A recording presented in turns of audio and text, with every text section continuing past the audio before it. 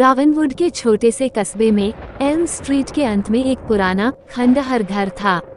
वो घर दशकों से खाली पड़ा था क्योंकि वहां रहने वाला अंतिम परिवार बिना किसी निशान के गायब हो गया था।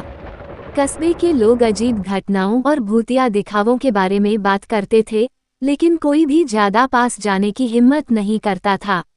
एक बरसाती शाम को 4 दोस्त सारा, जैक, एमिली और टॉम उस घर की जांच करने का फैसला करते हैं। वे बचपन से ही इन डरावनी कहानियों को सुनते आए थे और रहस्य के पीछे की सच्चाई जानने के लिए बेताब थे। टॉर्च और रोमांच के साथ वे घर की ओर बढ़ते हैं। मुख्य दरवाजा चरमरा कर खुलता है, एक धुंधला गलियारा प्रकट होता है। छत से मकड़ियों के जाले लटक रहे थे और हवा में सीलन की गंध भरी थी। जैसे ही वे अंदर कदम रखते हैं, दरवाजा उनके पीछे जोर से बंद हो जाता है। हम सब साथ साथ रहें, सारा ने सुझाव दिया, अपने स्वर को स्थिर रखने की कोशिश करती हुई। वे एक कमरे से दूसरे कमरे की जांच करते हैं, लेकिन उन्हें केवल धूल और सड़ांध ही मिलती है।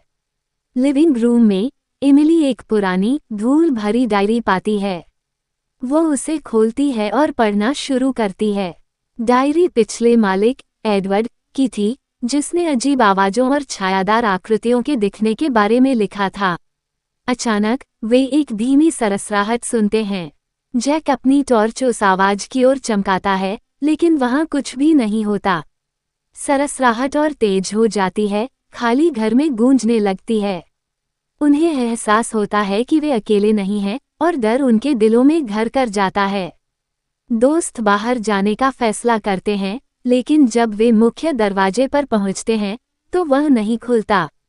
खिड़कियां भी बंद थीं। वे फंस गए थे। निराशा डर में बदल जाती है जब सरसराहट एक डरावनी हंसी में बदल जाती है। टॉम सुझाव देता है कि वे अलग अलग रास्ते ढूंढें। अनिच्छा से वे सहमत होते हैं। सारा और जैक ऊपर जाते हैं जबकि एमिली और टॉम बेसमेंट की ओर बढ़ते हैं। जैसे ही वे अलग होते हैं, हंसी उनके पीछे पीछे चलती है और भी डरावनी होती जाती है। बेसमेंट में एमिली और टॉम को एक छिपा हुआ दरवाजा मिलता है। वे उसे खोलते हैं, जिससे एक संकरी सीढ़ी अंधेरे में जाती हुई नजर आती है।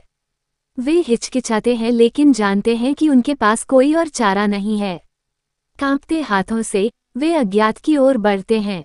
ऊपर सारा और जैक को एक बेडरूम मिलता है जिसमें एक बड़ा अलंकृत शीशा होता है।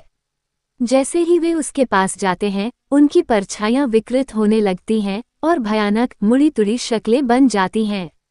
शीशा चकनाचूर हो जाता है और कमरा एक ठंडी हवा से भर जाता है। बेसमेंट में एमिली और टॉम सीढ़ियों के अंत में पहुंचते हैं और खुद को एक छोटे मोमबत्ती से रोशन कमरे में पाते हैं। बीच में खून से बना एक पेंटाग्राम था। उन्हें देर से एहसास होता है कि वे एक प्राचीन अनुष्ठान स्थल पर पहुंच गए थे। मोमबत्तियां झिलमिलाती हैं और अंधेरे से एक आकृति उभरती है। आकृति अपना हाथ उठाती है और एमिली और टॉम एक अदृश्य शक्ति द्वारा हवा में उठाए जाते हैं।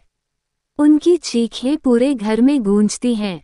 सारा और जैक उनकी चीखें सुनकर बेसमेंट की ओर दौड़ते हैं, लेकिन वे देर से पहुंचते हैं। दरवाजा जोर से बंद हो जाता है और फिर से डरावनी हंसी हवा में गूंजती है। अगली सुबह कस्बे के लोगों ने घर को फिर से खाली पाया। दोस्तों का कोई निशान नहीं था।